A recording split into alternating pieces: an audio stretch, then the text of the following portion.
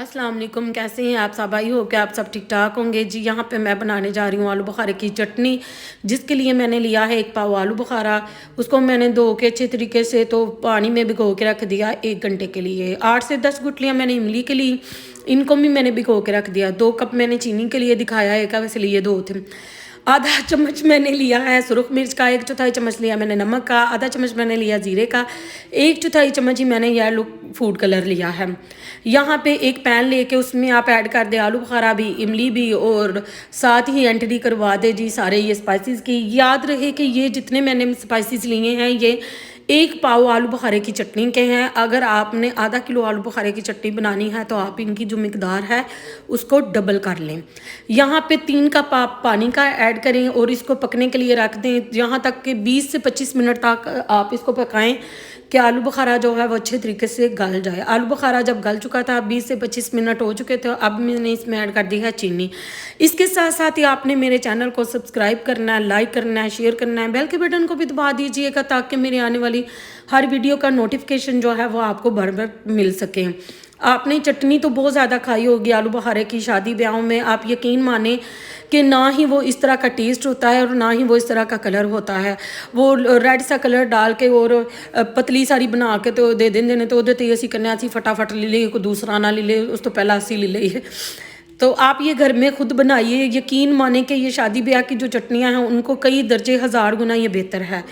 यहाँ पे 25 मिनट तक मैंने वैसे इस चीनी डाल के इसको पकाया है। उसके बाद मैंने हल्का सा हमारा शीरा जो है वो गाढ़ा होना शुरू हो गया था, अब मैंने इसमें ऐड कर दिया है बादाम डाल के मैं इसको पकाऊंगी फिर 15 मिनट के लिए।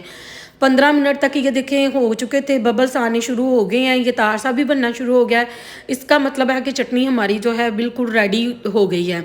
अब इसको आप चूल्हे से उतार के ठंडा कर लें। और ये देखें माशाल्लाह से कितनी खूबसूरत और प्यारी चटनी लग रही है, और ये जितनी खूबसूरत लग रही है ना, ये खाने भी उतनी ही टेस्टी और मज़ेदार है। आप ज़रूर इसको ट्राई कीजिएगा। चटनी यहाँ पे हमारी ठंडी हो चुकी है। अब मैंने एक जार लिया, जार मैंने ऐसा लिया कि ना ही उसमें कोई पानी का छिटा हो, बिल्कुल ड्राई हमारा जार हो। अब मैं इसमें स्टोर कर दूँगी चटनी को स्टोर करके आप 1 महीने के लिए, 2 महीने के लिए ईज़िली इसको रख सकते हैं। ये बिल्कुल भी ख़राब नहीं होगी। आप इसको सुबह नाश्ते में बालदार पराठा बनाएं, साथ आप ये चटनी लें, यकीन माने कि बड़े से बड़े आमलेट, बड़े से बड़े चीज़ आमलेट और सारे ये हर किस्म के जो नाश्ते हैं, आप आमलेट के, ब्रेड के, जो भी करते हैं उनको ये पीछे छोड़ती है। ये बहुत ही टेस्टी और मज़ेदार होती है। ये देखें माशाल्लाह से कितनी खूबसूरत हमारी चटनी लग रही है। आप इसको समोसों के साथ, कचौरियों के साथ, पकोड़ों के साथ और दही बल्लों के साथ, चाट के साथ आप इसको इस्तेमाल कर सकते हैं। ये बहुत ही टेस्टी और बहुत ही मज़ेदार लगती है। ये देखें मैं आपको फिर दोबारा से लुक दिखा रही हूँ इसकी।